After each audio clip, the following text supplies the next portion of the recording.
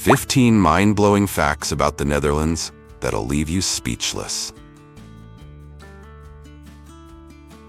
Picture this, a land where towering giants pedal through pancake-flat fields, bikes outnumber humans, and coffee flows like it's the secret to life.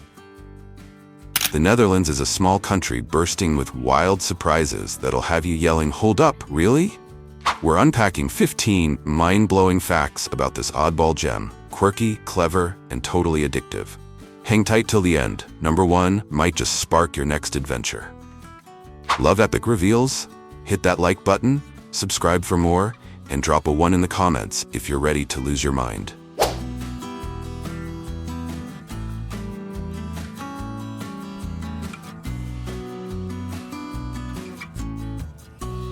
The lowest country on Earth compared to sea level.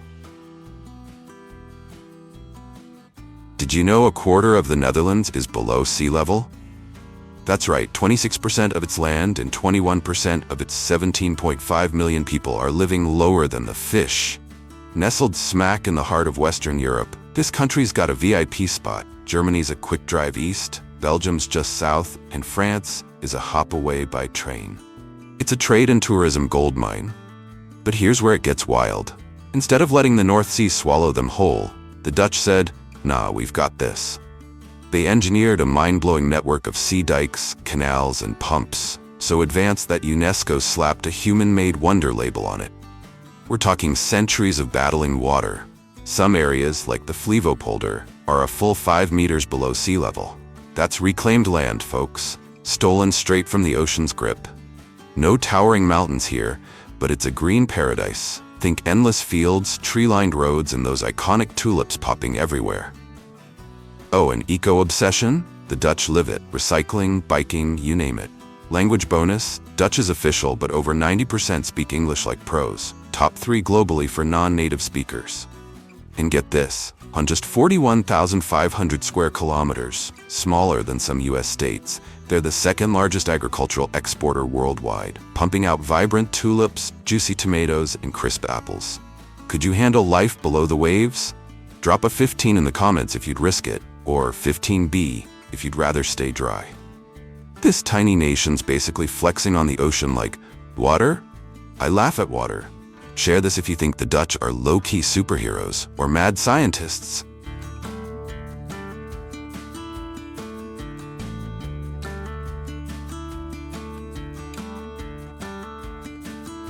The largest and most advanced sea defense system on the planet. Living below sea level isn't for the faint-hearted. It's borderline insane. But the Dutch? They didn't just survive. They turned the sea into their personal playground. Say hello to the Delta Works, often called the 8th wonder of the modern world. This isn't some basic wall. It's a futuristic fortress of bridges, storm surge barriers, and smart gates that snap shut when the sea gets feisty. The star of the show? The Mindblowing, 2 massive steel arms, each longer and heavier than the Eiffel Tower tipped sideways. When a storm rolls in, these robotic giants swing into action, closing off the waterway in minutes. Oh, and it's so colossal you can spot it from space. NASA vibes, anyone? But that's not all. The Oosterscheldekering, another gem, stretches 9 kilometers with 62 sliding gates that adjust to tides like a living machine. Some dikes double as highways. Imagine cruising over a wall that's holding back the ocean. Built after the 1953 flood that killed over 1,800 people, this system's a national flex of Dutch grit and genius. Tourists flock to see it, snapping pics and biking along the paths. And they're not done. Climate change, rising seas? The Dutch are already upgrading with AI-powered sensors and flood-proof designs. Want to see these gates transform live? Comment 14 for a bonus clip link, or 14B if you drive across one. The Dutch didn't just beat the sea, they turned it into a tourist trap and a sci-fi movie set. Hit that share button if you think this deserves its own blockbuster.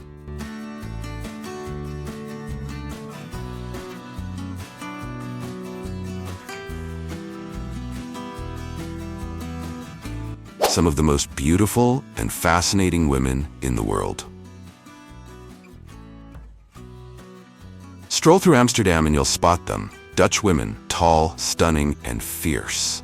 We're talking light blonde or chestnut hair, piercing blue or gray eyes, and skin so fair it practically glows. At an average height of 5'7", they're strutting like runway models without even trying. Jeans, a long coat, and boots are all they need to slay. But it's not just the looks that'll stop you in your tracks. These women are next level. Bold, independent, and unafraid to speak their minds, they'll call it like it is without blinking. Dating a Dutch woman? Don't expect her to wait for you to pay. She's splitting the bill, and that's on day one. It's so normal here. It's practically a rite of passage. Yet, flip the script and they're the warmest, most nurturing moms. Family dinners are sacred, and their kids' happiness is everything. They've got this insane balance, fierce and free, but grounded in love. Oh, and freedom's their jam. Catch them biking through the city, gardening, or chilling with yoga, all while dodging designer labels or flashy cars. Simple? Yes. Boring? Never. Fun fact: Dutch women were among the first in Europe to push for equality. Back in the 1900s, they were already shaking things up. Guys, want the ultimate guide to charming a Dutch queen? Drop an 8 below, I'll spill the tea. Or ladies, comment 13 if you're vibing with this energy. Dutch women are basically living proof that brains, beauty, and bikes beat anything else. Share this with your crush or your girl gang.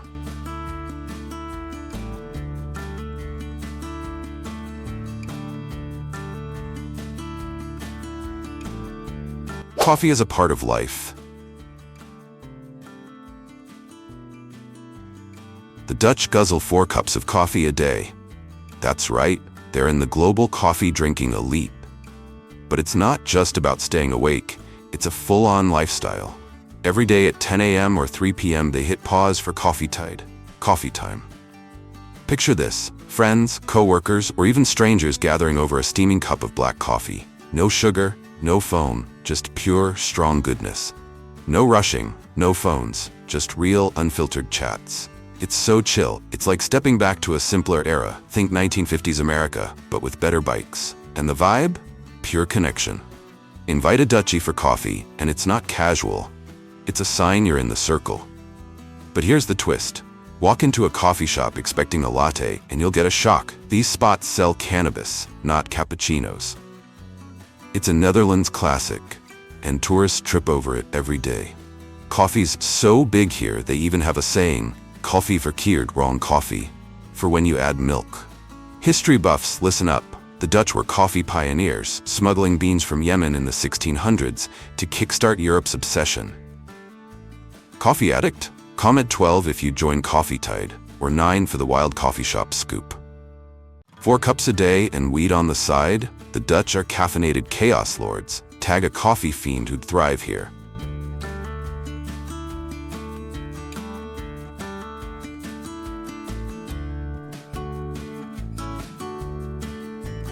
Super narrow houses. Ever seen houses so narrow they look like they're straight out of a fairy tale? Or a prank? Back in the 17th century, the Dutch outsmarted crazy property taxes based on frontage width by building tall, skinny homes, some as narrow as 2 meters wide. Picture a house squeezed between its neighbors, stretching up 4 or 5 stories with those classic gabled roofs, painted in bright reds, blues, or yellows. Inside? The staircases are so steep and tight, they're basically ladders. Good luck hauling a couch up there. It's a workout just to get to bed. Why so narrow? Merchants wanted canal access out back for trade, so they maxed out depth instead. Genius, right? And it's not just looks. Some of these homes, like the famous one at Oude Hoogstraat 22 in Amsterdam, are tourist magnets, barely wider than a door. Then there's the water twist. Amsterdam alone has over 2,500 houseboats, real homes floating on the canals. We're talking cozy barges with flower boxes, tiny kitchens, and even Wi-Fi, bobbing gently as bikes whiz by on shore. It's peak Dutch, practical, quirky, and a little wild. Could you live in a skinny house or a houseboat? Comment 11 with your pick, or 11B if you'd trip on those stairs. These houses are so extra, they're basically Tetris IRL, and the boats? Floating flexes. Share this if you'd squeeze into either.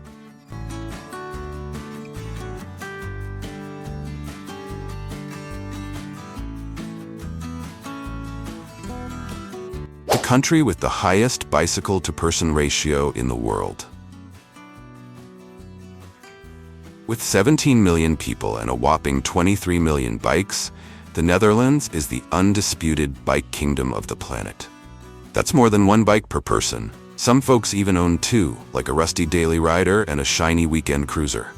From CEOs pedaling to board meetings in suits, to kids biking to school, even the Prime Minister's been spotted on two wheels. Why? They've got 35,000 kilometers of bike lanes, smooth, red paths with their own traffic lights, overpasses, tunnels, and parking racks everywhere. Cars? They yield to bikes. Cyclists rule the road here. It's not just transport, it's a lifestyle. 36% of Dutchies bike daily, rain or shine. Picture this. Moms with cargo bikes hauling groceries and kids, teens racing to the market, or couples on a chill canal-side date ride. History check. Biking boomed after World War II when cars were scarce, and the Dutch just never stopped. Today, it's green glory, cutting emissions and keeping everyone fit. Bonus, cities like Utrecht have massive bike garages holding thousands of bikes, some with repair shops and cafes. Bike lover? Comment 10 if this is your paradise, or 10B if you'd rather walk. More bikes than people and lanes like highways, the Dutch are pedaling into the future. Tag your biking buddy or your lazy friend who needs this.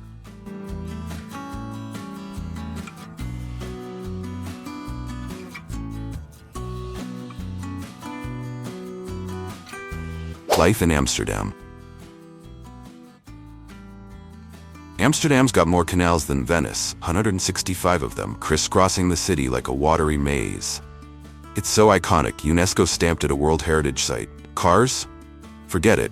Cops here zoom around in boats, chasing tipsy tourists floating astray after too many beers. And get this, every year, around 15,000 bikes end up in the canals. Yep, there's a legit job called bike fishing, where crews haul them out with cranes. By day, it's a party. Festivals turn the waterways into a flotilla of boats, blasting music, serving food, and dancing under the sun. Come nightfall, the vibe shifts. Cozy brown cafes light up with warm golden glows. Think wooden tables, frothy beers, and locals debating life over a slow pint. Or go romantic. A canal cruise with white wine, twinkling lights bouncing off the water, and stories of old Amsterdam whispered by the boat captain. History twist. Those canals were dug in the 17th century during the Golden Age, turning swamp into a trade empire. Today, it's chill chaos. Young folks skip clubs for park hangouts, sipping beers by the water till midnight. Want the wildest Amsterdam tale, like the time a cow swam the canals? Drop a 9 below, or 9B if you'd cruise those waters.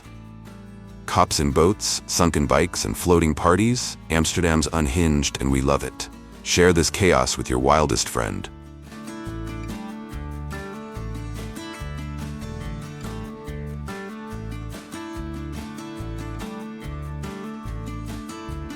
Some of the most magical tourist spots on Earth.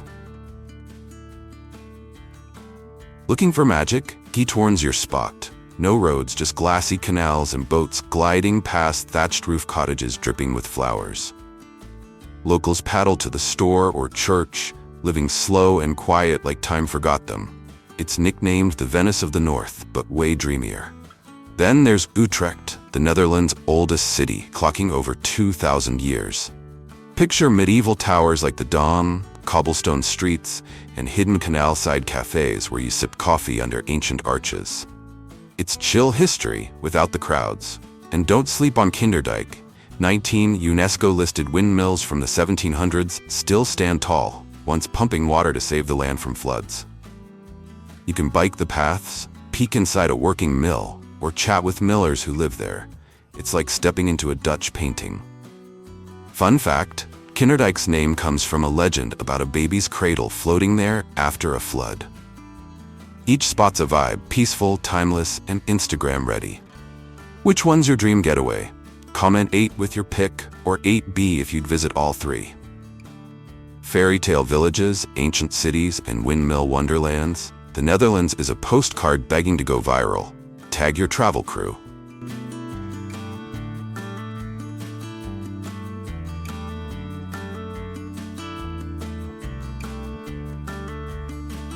living among the tallest people on Earth. Dutch men average 6 feet, women 5'7", officially the tallest humans on Earth. A century ago they were average, but boom, milk, cheese, and a protein-packed diet turned them into giants. Scientists say it's also genetics and top-notch healthcare. But whatever it is, it works. Everything's built for height here. Kitchen counters hit your chest, door frames loom overhead, and beds stretch past 2 meters so your feet don't dangle. Tourists from shorter nations, like Americans averaging 5'9" for men, joke about tiptoeing to reach stuff or feeling like kids next to Dutch women in heels. Shopping's a saga too. Extra long jeans and size 13 shoes are standard stock. Kids grow fast. By age 10, they're towering over peers elsewhere. And it's not just height, they're fit. Biking and fresh air keep them lean. Picture a nation of friendly giants pedaling through tulip fields. It's surreal. Taller than a Dutchie. Comment your height in 7 or 7B if you'd feel tiny here. Giants on bikes in a flatland fantasy? The Netherlands is living proof size matters. Share if you're shook or short.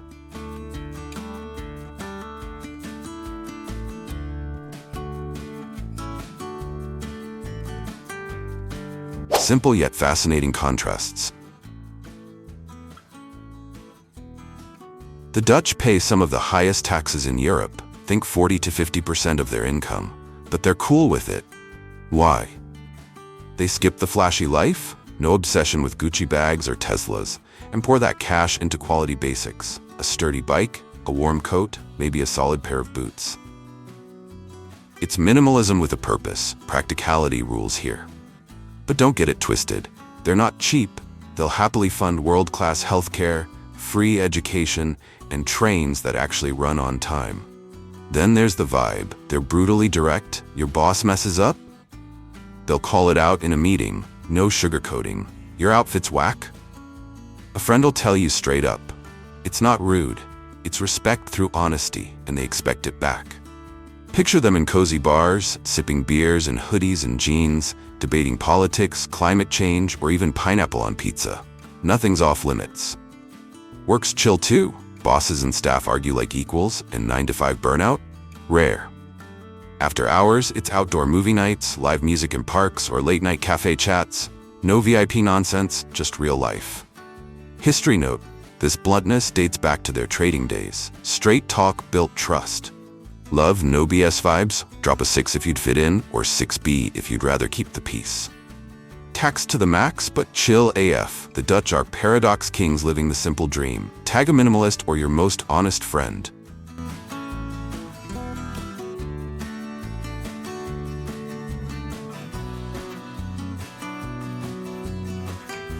The Green Story from the land of windmills.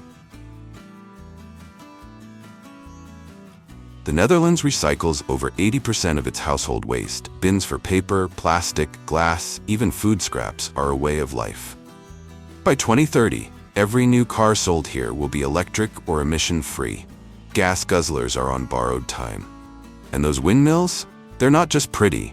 Modern ones crank out clean energy, while the oldies remind everyone how the Dutch tamed floods. Check this. They've built wildlife bridges. Green overpasses covered in plants so deer, foxes, and even badgers can cross highways safely. It's next-level eco-love. Air so clean, kids play outside without a worry, and cities like Rotterdam are testing floating parks to fight floods and boost biodiversity. Over 50% of their power is renewable, wind, solar, you name it, and they're gunning for carbon neutral by 2050. Stray pets? Almost zero. Shelters are empty because animal welfare's strict. Farmers face tough rules too. No cramped cages, just happy cows and chickens.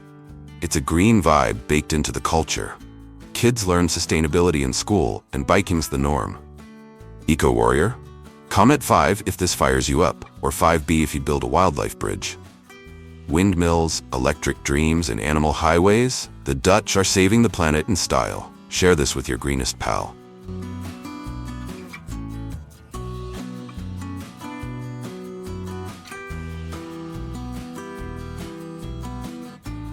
Unique festivals. King's Day on April 27th is pure madness. Everyone rocks orange for the royal fam, turning streets, canals, and even rooftops into a sea of chaos. Picture millions chugging beers, over 5 million liters in a day, dancing to DJs, and haggling at flea markets where kids sell old toys. Boats jam the canals, blaring music, and the next day, spotless, volunteers scrub it clean like nothing happened. Then there's tulip season. Keukenhof's the star, open just 8 weeks with 7 million blooms in insane designs, from rainbow mazes to Van Gogh-inspired art. Over 1 million visitors flood in, snapping pics of rare black tulips or 17th century breeds. And the Blumen Corso?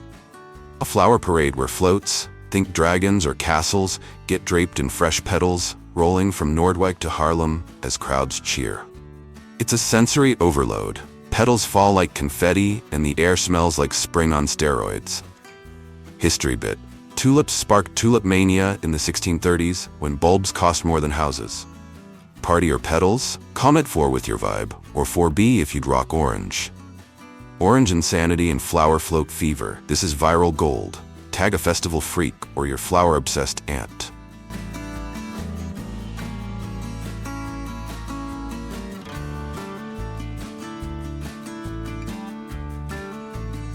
One of the happiest countries in the world. The Netherlands consistently ranks in the top 10 happiest countries. Why? It's in their DNA. Kids here walk or bike to school solo by age 4. Yep, tiny tots with backpacks, no parents hovering. It's all about independence early on, balanced with tight family vibes. Dinner together every night is non-negotiable, often with grandparents too. Adults nail work-life balance. Part-time jobs are normal, and they're out the door by 5 to bike home or hit the park. Stress? Minimal. Healthcare's free, education's top tier, and retirement's secure, so no one's sweating the big stuff. Crime's so low, they've shut down prisons. Some are now hotels or art spaces. Picture quiet villages, green cities, and canals where folks fish or read, not fight. Kids rank as the world's happiest too. Tons of playtime, no pressure, just freedom. It's all tied to their do normal vibe. Live simply, don't flex, and enjoy the little things. Equality's huge, gender gaps are tiny, and everyone's welcome, no matter where you're from. History note, this chill attitude grew from post-war rebuilding, community over chaos. Craving this happy life? Drop a 3 or 3B if you'd rather hustle. Happiest kids in empty jails? The Dutch cracked the joy code. Share this if you're jealous or booking a flight.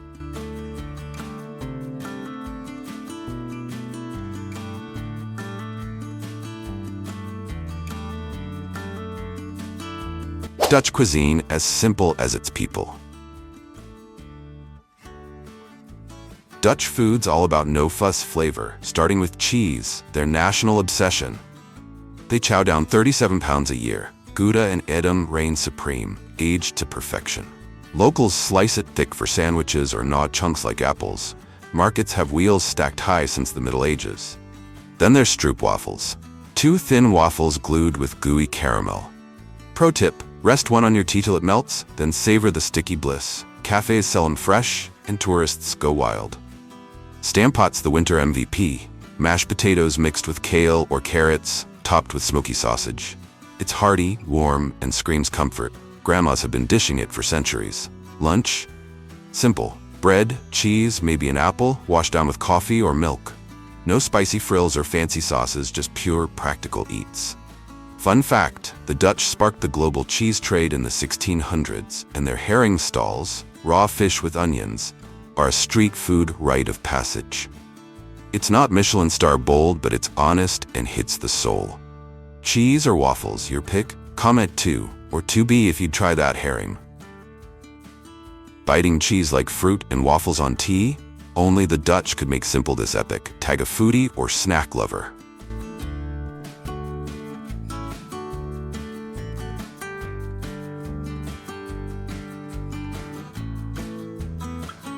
Cost of living, reasonable and manageable.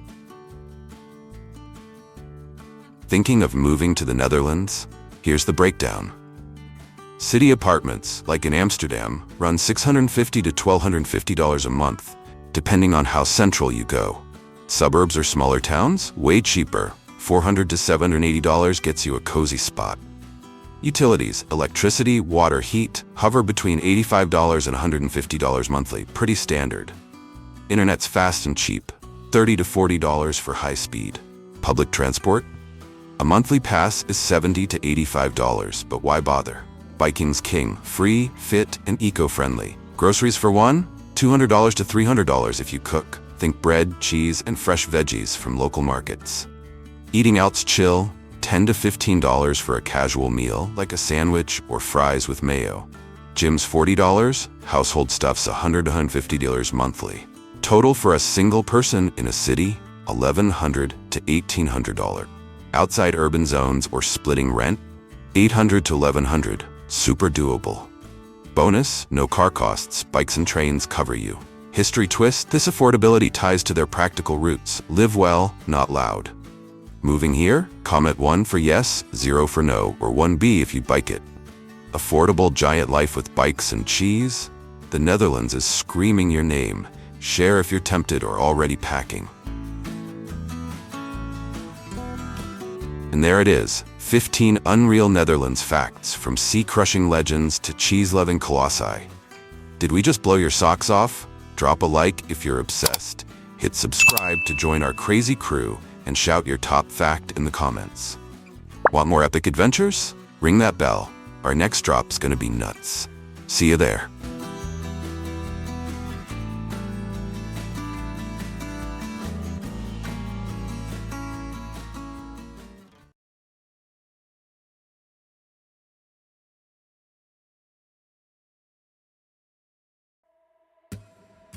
Why nobody wants to live there? Shocking.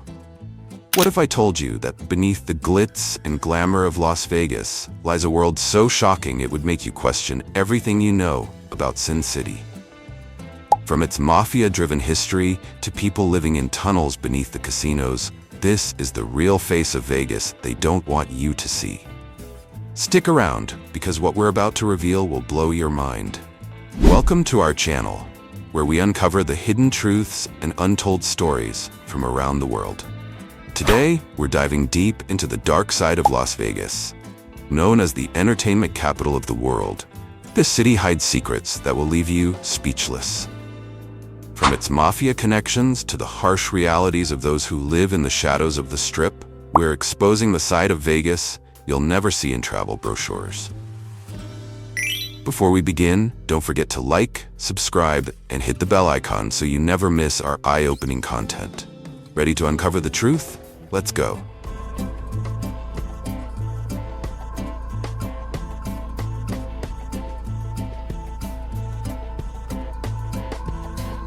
The city that shouldn't exist. Las Vegas, now known as the entertainment capital of the world, started out as something completely different. A small railroad stop in the middle of the Nevada desert, with nothing but sand and rocks. In the early 1900s, Las Vegas was nothing more than a barren, lifeless stretch of desert. The idea of a city even existing here seemed impossible, but that all changed when the Hoover Dam project was announced. A massive construction project in the middle of nowhere, it promised to bring water and electricity to a thirsty, resource-deprived region. For the workers constructing the dam, life in the Nevada desert was grueling. With temperatures often exceeding 110 degrees Fahrenheit, they endured the harshest conditions. Yet, they weren't just building the dam, they were laying the foundation for a city that would transform from dust into an oasis of lights, noise, and ambition. As the dam was completed in the 1930s, water was funneled into the desert, making it possible to sustain human life and eventually a bustling metropolis. But what turned this city into one of the world's most famous entertainment hubs wasn't just its access to water or electricity. It was the emergence of something more unexpected: organized crime. The criminal element saw potential in the city's burgeoning economy, and Las Vegas quickly became a haven for those looking to launder money, making it the first American city to be built not on hope and prosperity, but on corruption and criminal activity. The combination of newfound resources and mafia connections allowed Las Vegas to grow rapidly, transforming from a lonely outpost to a sprawling city where dreams were made and often shattered. How did a tiny railroad stop in the desert grow into a city filled with towering buildings and dazzling lights? Stay with us because the story gets even more surprising.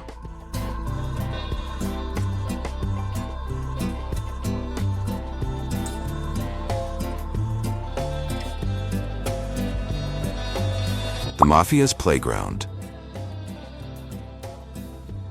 Las Vegas wasn't just known for its luxurious casinos and hotels, it also had a history full of crime and mafia influence. In the 1940s and 1950s, mafia families from Chicago and New York realized that Las Vegas could be the perfect place to launder money through extravagant casinos. Picture yourself walking into the Flamingo Hotel, one of the first luxurious hotels in the city. What you don't know is that this hotel, which became a symbol of Vegas opulence, was built with mafia money. The mastermind behind it was Benjamin "Bugsy" Siegel, a ruthless mobster who dreamed of turning the desert into a glitzy playground for the rich and powerful. But Bugsy's dream was cut short when he was assassinated in 1947, before he could see the full realization of his project. The mafia's influence didn't end with Siegel's death. It permeated every corner of the city, from the neon lights of the Strip to the political backrooms where shady deals were made. Las Vegas quickly became a playground for criminals, a city where organized crime controlled everything. Casinos were used not just to entertain, but to launder illicit money, with the mob taking a cut of every dollar that flowed through the gaming tables. Law enforcement and politicians were in the mafia's pocket, turning a blind eye to the rampant corruption in exchange for a share of the profits. The mafia's grip on Las Vegas remained firm for decades, shaping the city's development and its reputation. Even as the 1960s and 1970s brought greater scrutiny to organized crime, the mafia's legacy could still be felt in every casino and every backdoor deal. Did you know that to this day, the mafia's influence still lingers in Las Vegas? Don't be fooled by what you see on screen. The truth is much darker.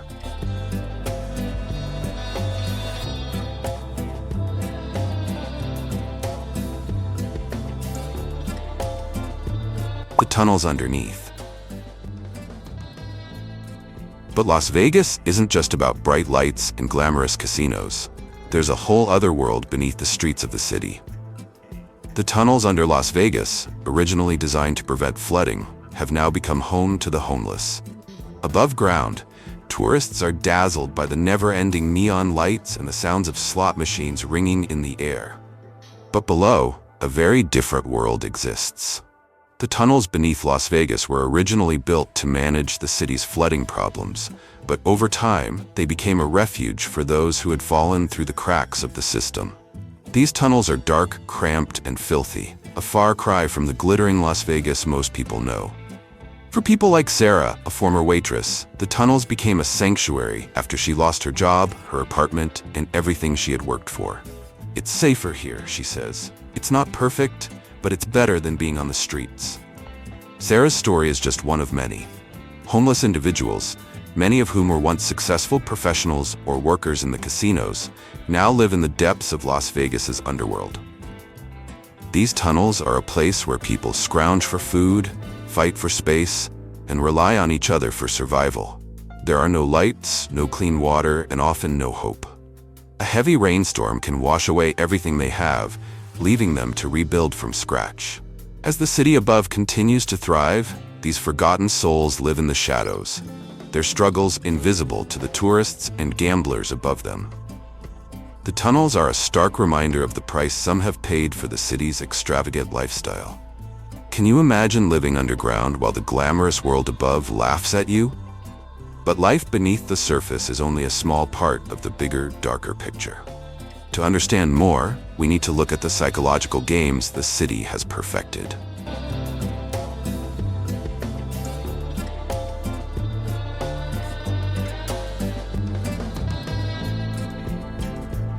Psychological manipulation in casinos. Las Vegas isn't just a place where you lose money. It's a place where you can lose your sense of direction. The casinos don't just rely on luck. They use incredibly sophisticated psychological tactics to keep you there and make you lose control. Picture this. You walk into a casino, greeted by the flashing lights and the sound of coins clinking in the slot machines. You feel the rush of excitement, the lure of easy money, but there's something strange. You can't see the time. There are no clocks, no windows. You don't even know what time of day it is anymore. And then you notice something else. The smell. The air is filled with a mixture of scents, designed to keep you alert and excited. Everything about the casino is created with one purpose: to keep you inside, to make you lose track of time, and to keep you gambling longer than you intended. The floor is deliberately designed in a way that keeps you wandering, with no clear exits in sight. It's easy to get lost in the maze of slot machines and card tables, and even easier to forget why you came in the first place. The layout, lighting, and sounds all play on your senses, making you feel more energized and eager to place another bet. It's a psychological trick designed to wear you down, to make you think you're just one spin away from hitting it big. As you keep playing, the losses add up, but the thrill of the game keeps you hooked. The longer you stay, the less likely you are to leave with money in your pocket. Casinos thrive on this manipulation, turning the simplest of pleasures into a dangerous addiction. The goal isn't to win, it's to keep you playing, to keep you spending, until you can't tell the difference between the thrill and the loss. Ever wondered why you always want to go back to these casinos? Do you really have control over your actions when everything around you is being manipulated? But the story doesn't just stop at losing money. Las Vegas also sells you a dream, and that dream can turn into a nightmare.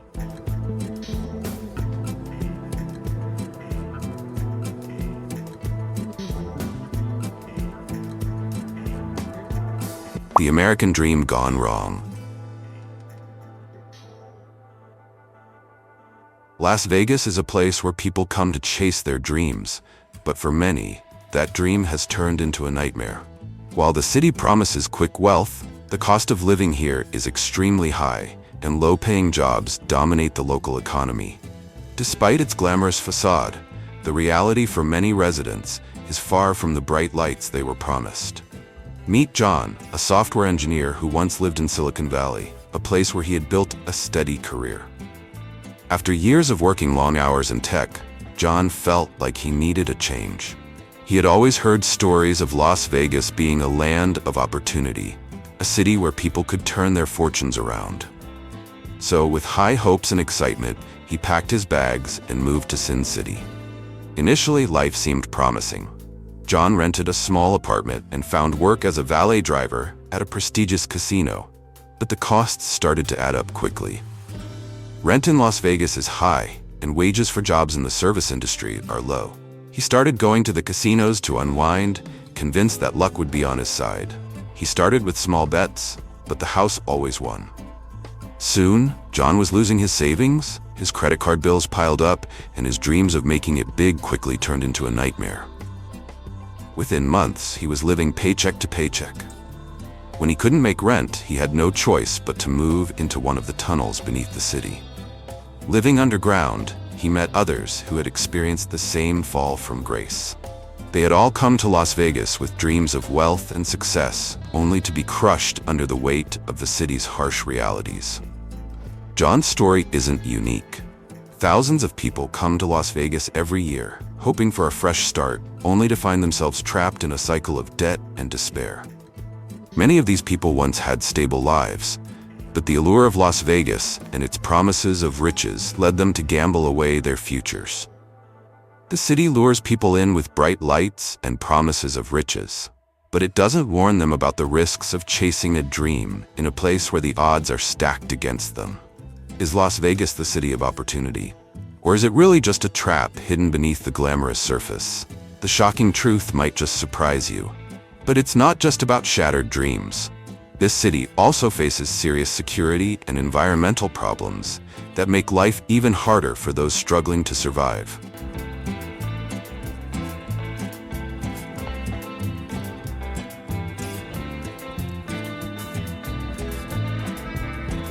crime and safety concerns. While the Strip is heavily policed, other parts of Las Vegas tell a different story. High crime rates plague the city's outskirts, with issues ranging from theft and assault to gang activity. Tourists rarely see this side, but locals live with it every day. While Las Vegas presents itself as a city of endless fun and excitement, the reality of safety for many residents is far from glamorous. When you think of Las Vegas, you likely imagine the glitzy hotels, bright neon lights, and tourists strolling along the Strip. But behind that glittering facade lies another side of the city, where crime runs rampant and safety is an everyday concern. Take the story of Emily, a local woman who worked as a waitress on the Strip. While her job seemed like an easy way to make a living, she was always on edge. Emily's apartment complex was located just a few blocks off the Strip, in an area plagued by frequent break-ins and violent crime. On several occasions, she had to walk home late at night, constantly looking over her shoulder, knowing that in this part of the city, safety was never guaranteed. Gangs operate openly in some neighborhoods, and many residents live in constant fear of becoming victims of crime. It's not uncommon for tourists to be unaware of the dangers lurking just outside the tourist district. They see the shiny casinos and vibrant nightlife, but they rarely see the hidden pockets of the city where crime thrives. Las Vegas is infamous for its Sin City reputation, but it seems that this nickname is more than just an image. The city's criminal activity is a significant problem, and it has reached a point where the crime rate in certain neighborhoods rivals those of much larger cities. The allure of the casino and entertainment industry often overshadows the daily struggles of those who live in the less glamorous parts of Las Vegas. Is the Sin City moniker more accurate than we think? The stats say yes, and it's not just about gambling anymore. But crime isn't the only challenge this desert city faces. Let's talk about its environmental future, because the next issue could determine whether Las Vegas survives in the long run.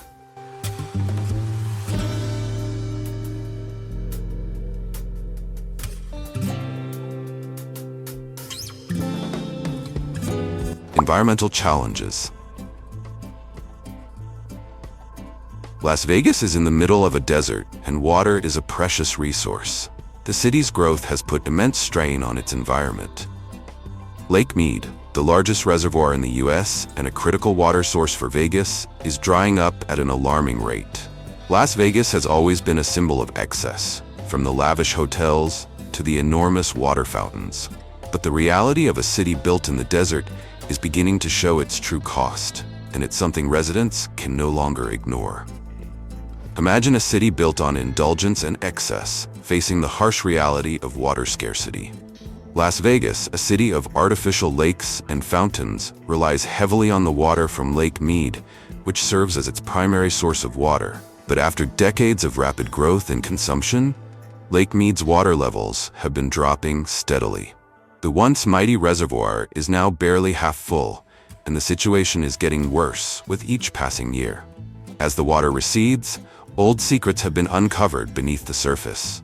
Sunken boats, abandoned houses, and even human remains have been discovered in the lake's shallow waters. It's a haunting image that symbolizes the inevitable consequences of living beyond one's means in an environment where resources are limited. The situation is so dire that experts are warning that the city could run out of water in the next few decades if drastic measures aren't taken to reduce consumption. The city's lush green golf courses, extravagant fountains, and artificial lakes are all drawing from the same finite water source. Yet the city's growth continues unabated, with more and more people flocking to Las Vegas every year, further depleting the available water supply. Can Las Vegas survive its own excess? The answer isn't clear, and it could have lasting consequences for everyone living in the city. We've explored the hidden struggles of life in Las Vegas, from shattered dreams to safety concerns and environmental challenges. But what about its future? Let's talk about what's next for Sin City and whether it can change course before it's too late.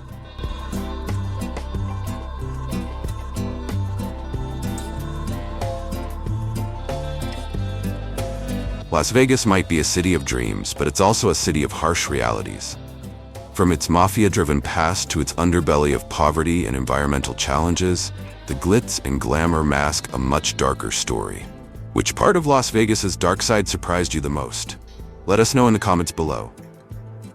Don't forget to like, share, and subscribe to our channel for more shocking revelations and untold stories. Hit the bell icon so you don't miss our next video. Trust me, it's going to be even more eye-opening.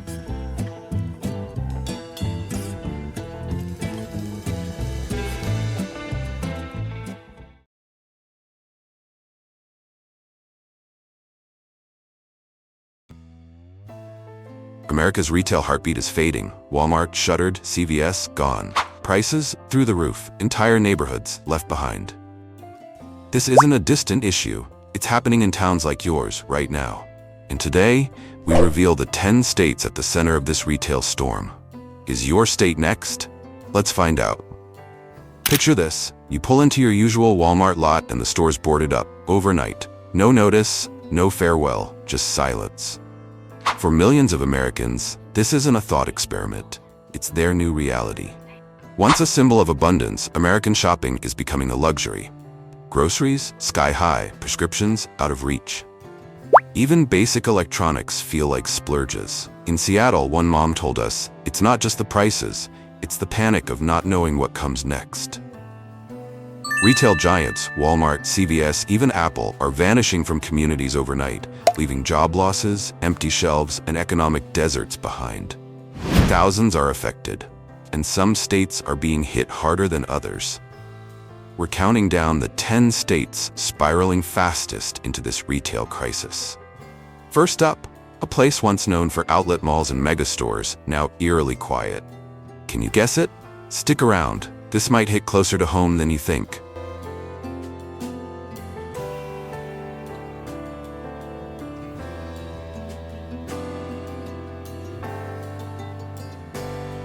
New York. New Yorkers, do you remember the chaos of weekend shopping at Target in Brooklyn? Or the joy of picking out Christmas decorations at Best Buy with your family? Those vibrant scenes are fading fast. In just the past year, nearly 1,000 retail stores have shuttered across the state. We're talking big names: CVS, Walgreens, Rite Aid, Bed Bath & Beyond, and even Macy's, the iconic Manhattan staple that defined American retail for generations. Now, for lease signs are popping up more than neon lights, and the silence is deafening. Have you seen empty storefronts in your neighborhood?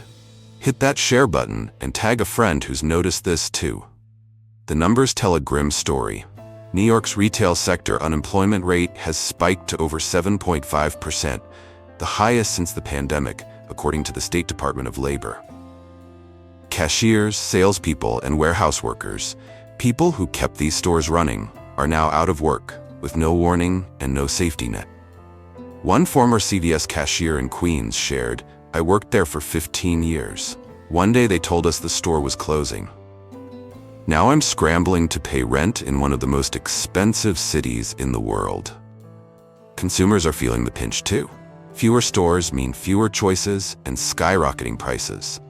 Commercial rent in residential areas jumped 11% in a single year, and New York City's cost of living is double the national average. A Brooklyn dad told us, "I'm rushing to buy jeans for my daughter before prices climb again. I used to shop for fun. Now it's a race against inflation." Older residents, unfamiliar with online shopping, are forced to travel miles for basics like food and medicine, all while gas prices keep rising. In small towns like Syracuse and Buffalo, the loss is even more devastating. Rural Walmarts and dollar stores were lifelines for low-income families. Now, some communities have no grocery stores within a 20-mile radius. One Syracuse grandma said, "I used to walk to Walgreens for my heart medication. Now I rely on my neighbor's car, but she's struggling too." Have you lost a local store? Share your story in the comments. Some New Yorkers are stockpiling to beat price hikes. A Staten Island couple said, "We're hitting Costco every month, loading up on emergency supplies, canned goods, toiletries, you name it. It's the only way to stay ahead." Are you stockpiling too? Let us know what's in your cart. Here's the real gut punch. New York's financial markets are booming, and corporations are raking in profits. Yet loyal neighborhoods are being abandoned without a word. If the nation's commercial capital can't keep its stores open, what's happening in smaller, less powerful states? Let's head west to find out.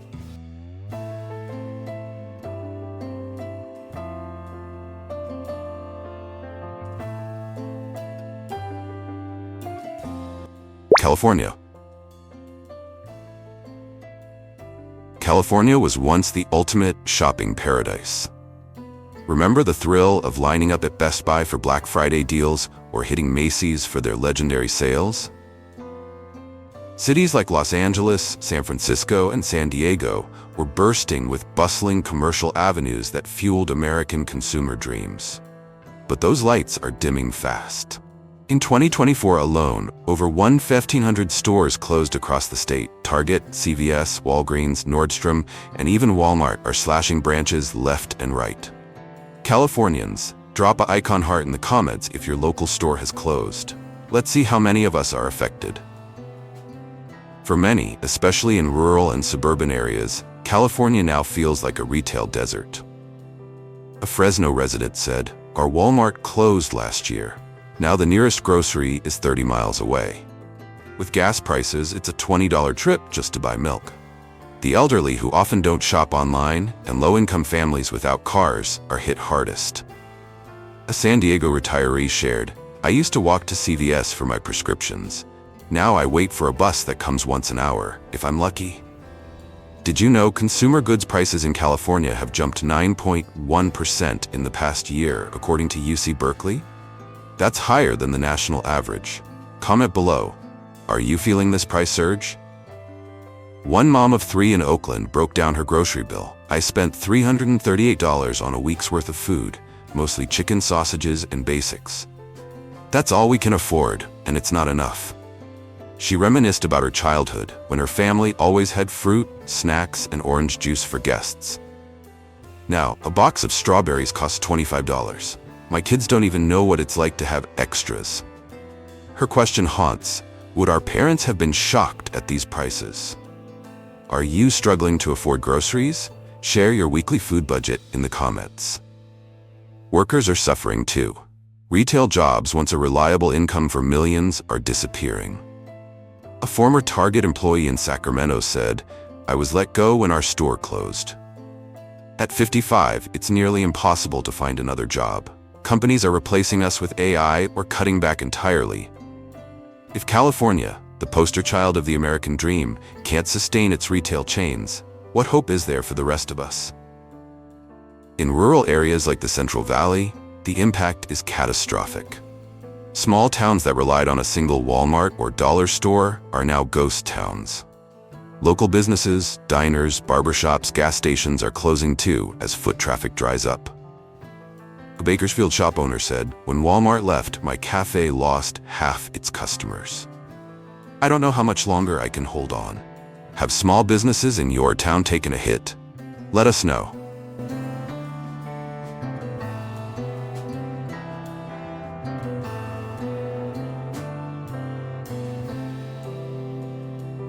Texas. Texas has long been hailed as the mecca of shopping malls, with low taxes, affordable prices, and a reasonable cost of living. Cities like Austin and Houston are still seeing commercial growth, but beneath the surface, a troubling reality is emerging. In 2024, over 300 major retail stores closed across the state: Walmart, Walgreens, Dollar Tree, CVS, and more.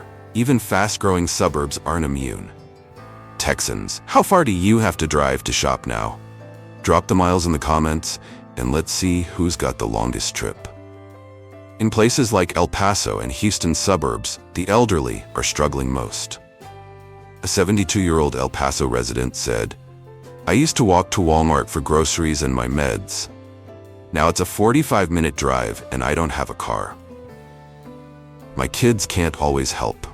Without access to basics, many are forced to rely on expensive convenience stores or skip essentials altogether.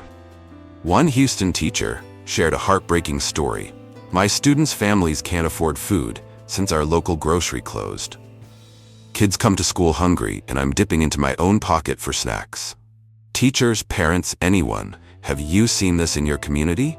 Share below. Rising operating costs are forcing stores to close as corporations prioritize profits over people. This means job losses for thousands of workers, cashiers, stockers, drivers, who are left scrambling. A former Walmart employee in Dallas said, "I supported my family for years. Now I'm driving for Uber, barely making ends meet." Meanwhile, food and consumer goods prices are climbing, forcing families to shop less or drive long distances to find affordable options. The ripple effects are devastating. When big stores close, small businesses, like mom-and-pop shops and local restaurants, lose customers. Neighborhoods feel less safe, real estate values drop, and community gathering spots vanish. In Lubbock, a resident said, "Our Walmart was where we met friends, grabbed coffee, and felt connected. Now it's just an empty lot." What's the heart of your community, and is it still there? Tell us. Texas consumers face a tough choice: pay high prices at remaining stores, or order online with pricey shipping fees and long wait times. Why is a state as vast and prosperous as Texas struggling to keep a can of soup or a bottle of medicine affordable? If Texas can't hold on, what's happening in less advantaged states?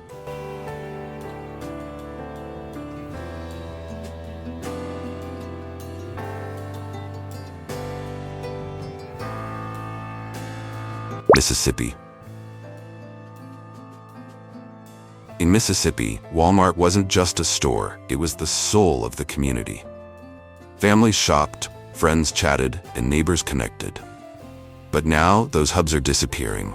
In the past 18 months, over 700 retail stores have closed statewide, including Dollar Tree, CVS, Walgreens, and even Walmart.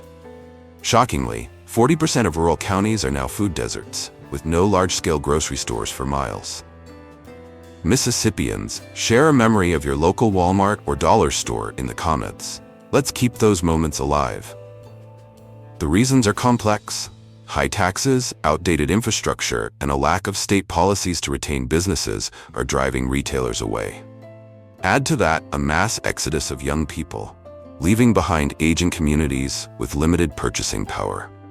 A Tupelo resident said, "Our town is mostly seniors now. We don't have the population to keep stores open, but we still need them." Did you know basic expenses like diapers, food, and medicine have jumped 10 to 20% in Mississippi? How are you coping with these prices? Drop your tips in the comments. For workers, store closures mean more than inconvenience. They're losing their livelihoods. Thousands who worked at local stores are now unemployed, often without benefits. A former Dollar Tree cashier in Jackson said, "I was the breadwinner for my family. Now we're behind on bills, and there's no jobs hiring." Consumers are struggling too, forced to buy from overpriced stores or drive long distances. A mom in Biloxi said, "I spent $50 on a small bag of groceries, mostly canned goods. My kids need fresh food, but we can't afford it." The impact on kids is heartbreaking. Cheap, nutrient-poor meals are becoming the norm, threatening the health of the next generation. A pediatrician in Hattiesburg warned, "We're seeing more kids with diet-related issues, obesity, diabetes, because families can't access affordable, healthy food." Parents, are you worried about your kids' nutrition? Share your thoughts below. When profit is the only priority, entire communities are left without options. CEOs call these closures necessary. But what's necessary about abandoning people who need a modest store to survive? Mississippi's story is a warning for us all. We've covered 4 states, but 6 more are facing this retail nightmare. Which ones are next? And is your state on the list? Keep watching to find out. From New York to Mississippi, millions are losing access to life's essentials. It's not just about stores, it's about jobs, hope, and feeling valued. Which state are you in? Are your stores still open? Share your story in the comments. If this video hit home, smash that like button, subscribe, and share it with someone who needs to hear this. Let's get 10,000 likes to spark a nationwide conversation.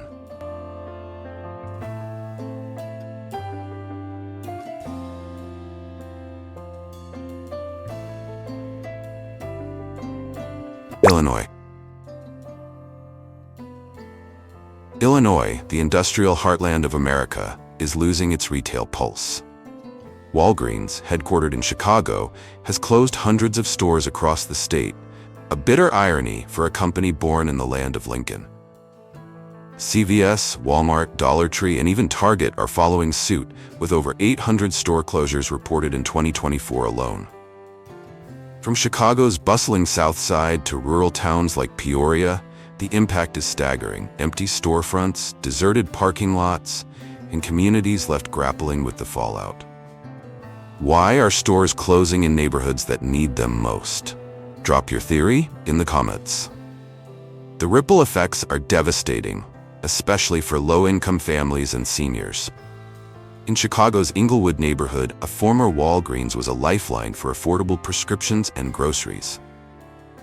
Now residents must travel 40 minutes by bus to reach the nearest pharmacy, often paying 30% more for medications due to limited options.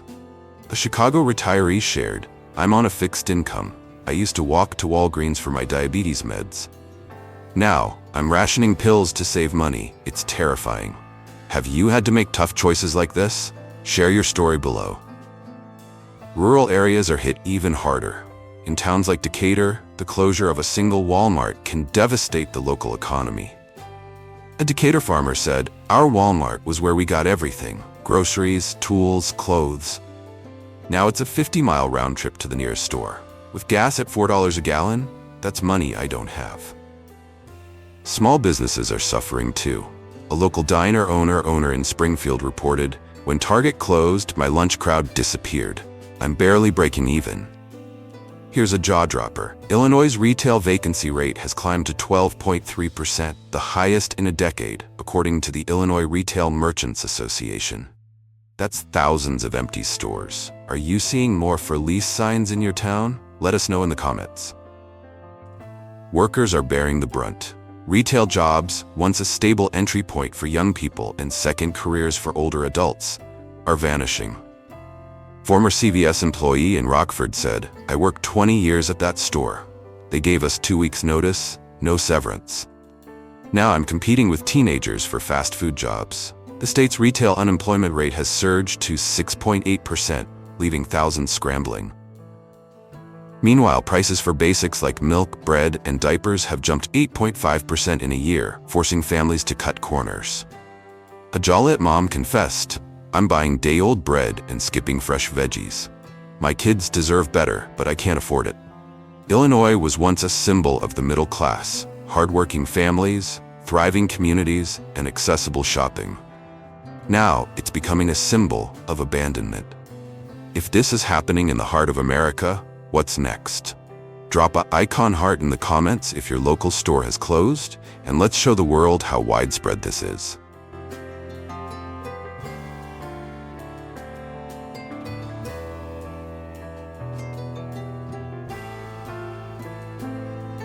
Pennsylvania. Pennsylvania's steel towns and historic cities once buzzed with life, their Walmarts, Kmarts, and CVS's serving as community hubs. But the tide has turned. From 2022 to 2024, over 700 stores have closed statewide, including Walmart, Walgreens, Rite Aid, and Dollar General. In Philadelphia, rental costs have soared 9.6%, pushing retailers out of once thriving neighborhoods. In rural areas like Scranton, the loss of a single store can leave entire counties without access to essentials. Pennsylvanians, snap a pic of a closed store near you and tag us on social media. Let's spread the word. In Pittsburgh's Hill District, the closure of a CVS left residents with no nearby pharmacy. A single mother shared, "I have asthma and 2 kids with allergies. The nearest pharmacy is a 30-minute bus ride, and the prices there are insane. Sometimes I skip my inhaler to afford theirs." For the elderly, the situation is dire. A 78-year-old in Erie said, "I used to walk to Rite Aid for my blood pressure meds. Now, I rely on a neighbor, but she's not always available. I'm scared of what happens if I run out." Have you or someone you know been affected like this? Share in the comments. Small towns are crumbling under the weight of these closures. In Johnstown, a Walmart closure triggered a domino effect. Local hardware stores, cafes, and even a barbershop shut down as foot traffic vanished. A barbershop owner said, "That Walmart brought people to our street. Now it's a ghost town and I'm next." The state's rural retail vacancy rate has hit 14%, and food deserts are expanding, with 25% of rural residents living more than 10 miles from a grocery store. Did you know Pennsylvania's grocery prices have spiked 9.2% in the past year, outpacing inflation? A Lancaster family said, "We spent $200 on groceries, mostly canned goods and pasta." Fresh meat? Forget it. What's the most expensive item in your grocery cart right now? Drop it in the comments. Retail workers are struggling to find new jobs. A former Walgreens cashier in Allentown said, "I'm 45 with no college degree. The only jobs left are gig work or warehouses, and they don't pay enough to cover my bills." With 5,000 retail jobs lost in 2024 alone, the state's unemployment offices are overwhelmed. Meanwhile, corporations report record profits, raising questions about why communities are being left behind. Pennsylvania's proud working-class heritage is under threat. Can it survive this retail collapse? If you're in Pennsylvania, let's make some noise. Share this video with a friend who's lost a local store, and let's hit 5,000 likes to shine a light on this crisis.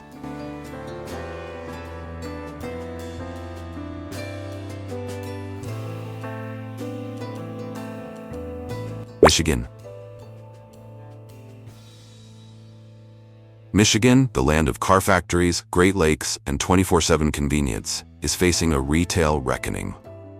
Detroit is losing stores fastest, with Walmart, Walgreens, CVS, and Dollar Tree pulling out of low-income neighborhoods. Across the state, over 600 stores closed in 2024, leaving gaping holes in communities from Flint to Grand Rapids. Rising operational costs and declining foot traffic are to blame, but the human cost is what hits hardest. If you're in Michigan, how's this affecting you? Share your story below and let's get 1,000 likes to raise awareness. In Flint, the closure of a Walmart left residents driving 45 minutes for groceries, a brutal reality in a city already struggling with infrastructure challenges. A Flint mom said, "I don't have a car. I take 2 buses to get food, and it's not enough to feed my 3 kids. We're living on ramen and canned soup." For seniors, the loss of pharmacies is life-threatening. A 70-year-old in Lansing shared, "My CVS closed. Now, I order meds online, but shipping takes a week. What if I can't wait that long?" Here's a gut punch. 30% of Detroit residents now live in food deserts, according to the Michigan Department of Health. That's thousands without access to fresh food. Are you seeing food deserts in your area? Comment below. The economic fallout is brutal. Retail closures have wiped out 4,000 jobs in Michigan this year, hitting young workers and single parents hardest. A former Dollar Tree employee in Saginaw said, "I was supporting my daughter on that job. Now I'm on food stamps, and we're still hungry." Small businesses are collapsing too. In Kalamazoo, a family-owned bakery closed after a nearby Target shut down. The owner said, "We relied on their customers. Without them, we couldn't survive." Remember the days of grabbing a late-night snack at a 24/7 Walmart or browsing Kmart for back-to-school deals? Those memories are fading fast in Michigan. What store do you miss most from your childhood? Share in the comments and let's reminisce. Michigan's auto industry once symbolized American resilience, but now entire neighborhoods are deserted, with boarded-up stores and fading hope. If a state as gritty as Michigan is being left behind, what does that say about the rest of the country? We're not done yet. 3 more states are on this heartbreaking list. Will your state be next? Keep watching.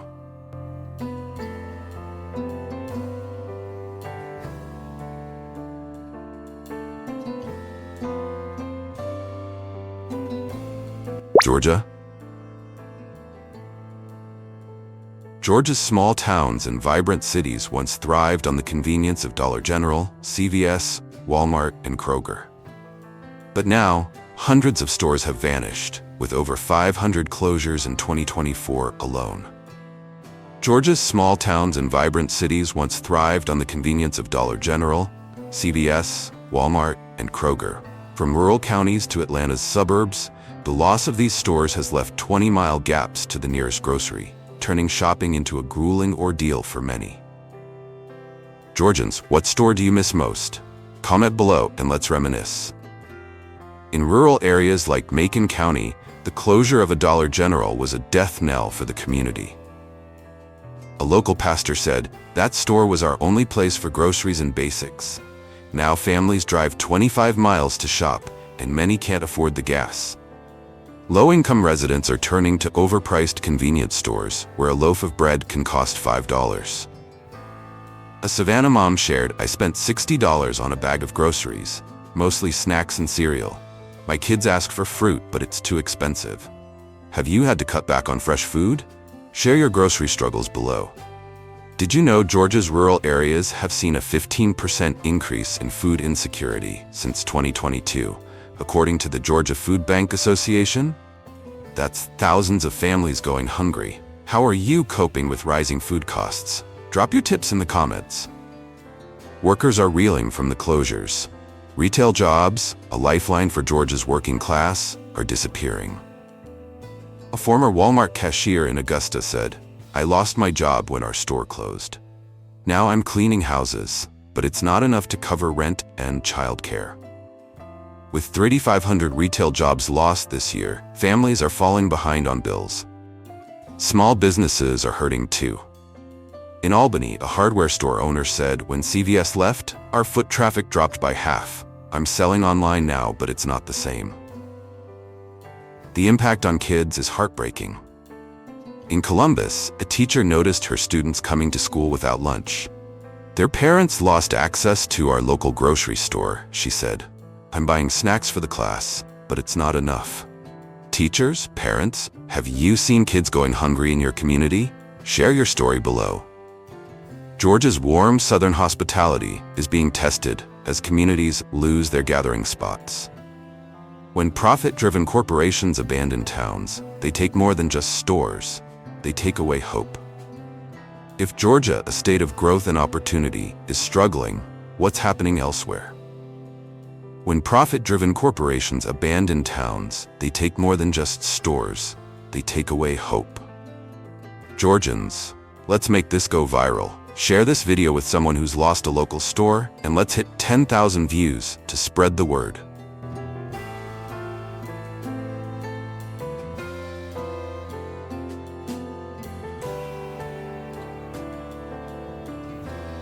Nevada. Nevada's Las Vegas Strip dazzles with neon lights and endless entertainment, but just 20 minutes away, the reality is grim.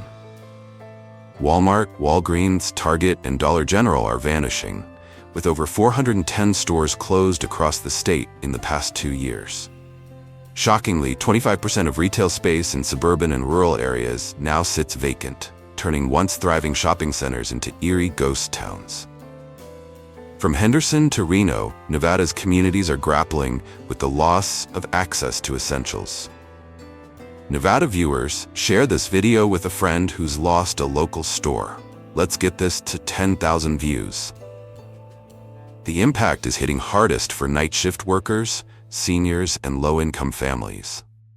In North Las Vegas, a casino worker said, "I work graveyard shifts and used to grab groceries at Walmart on my way home.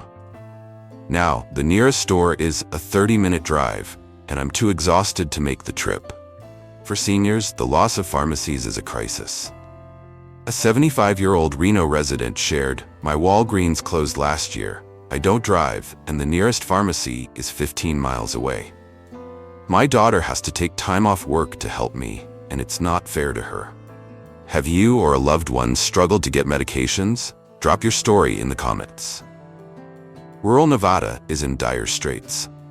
In towns like Elko, the closure of a single Dollar General has left residents with no grocery store within 40 miles.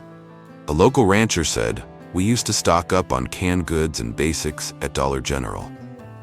Now it's a 2-hour round trip to shop, and gas prices eat up what little we save."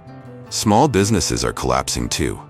A cafe owner in Carson City reported, "When Target left, my breakfast crowd dropped by 60%. I'm selling my business before I lose everything." Here's a stunner. Nevada's cost of living has risen 8.7% in the past year, with grocery prices jumping 10.2%, according to the Nevada Department of Business and Industry. A Henderson mom said, "I spent $150 on a week's groceries, mostly pasta and frozen meals. Fresh produce is a luxury we can't afford." What's the priciest item in your grocery cart? Share below. Retail workers are being left behind. With 2,800 retail jobs lost in 2024, many are turning to gig work or leaving the state altogether. A former Target employee in Sparks said, "I was let go with no warning. At 50, I'm driving for DoorDash, but it barely covers my rent." Meanwhile, the state's retail vacancy rate has hit 13.5%, and food deserts are expanding, with 20% of rural Nevadans living more than 10 miles from a grocery store. Las Vegas may never sleep, but its quiet communities are being forgotten. Nevada's glitz hides a harsh truth. While tourists flock to the Strip, locals are struggling to buy milk or medicine. If a state built on prosperity can't keep its stores open, what hope is there for others? Drop a cyan heart in the comments if your local store has closed, and let's show how widespread this crisis is. Let's make some noise, Nevada! Tag a friend who's been affected by store closures, and let's hit 1,000 likes to raise awareness.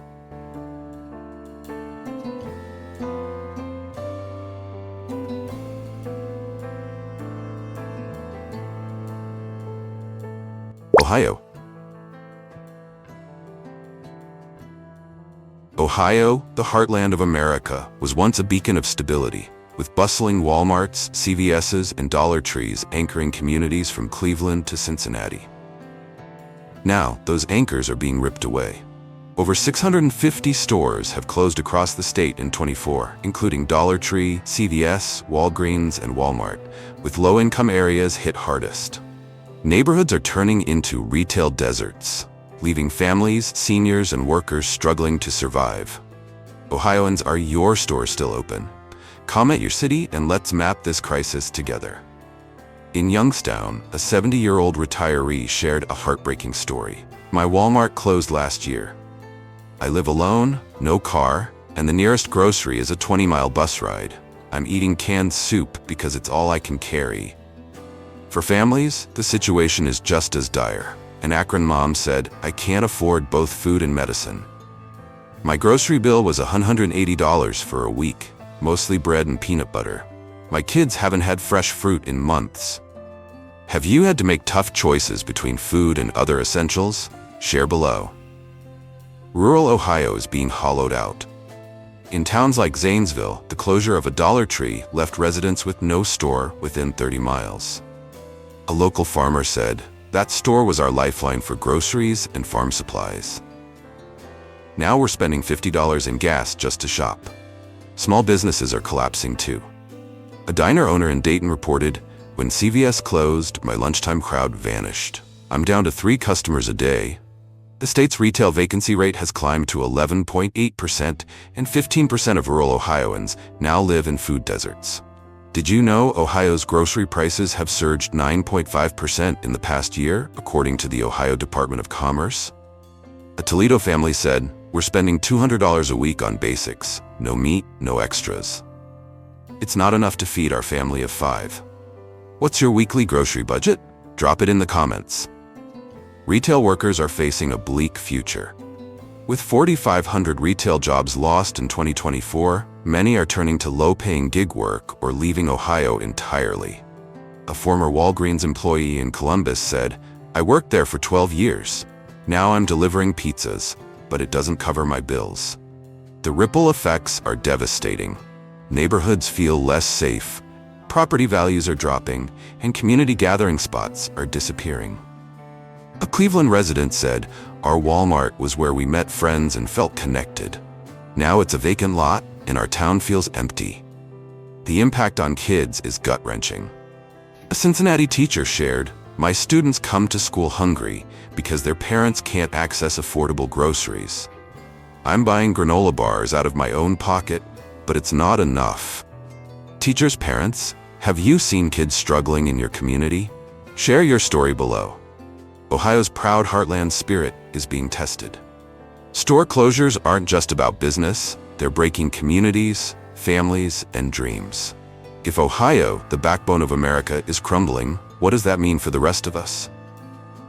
We've covered all 10 states, but the story doesn't end here. What's causing this crisis, and how can we fight back? Stay tuned for next week's video. You won't want to miss it.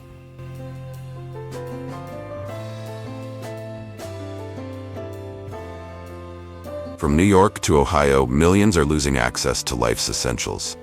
It's not just about stores, it's about jobs, hope, and feeling seen. Which state are you in? Are your stores still open? Share your story below. If this video hit home, smash that like button, subscribe, and share it with someone who needs to hear this. Let's spark a conversation. This video uses public data from articles, reports, and social media for analysis. It's for informational purposes only, not to attack any group or business. Our goal? To spark critical thinking and community dialogue. Next week, we're diving into what you can do to fight back against this retail crisis. Stay tuned, you won't want to miss it.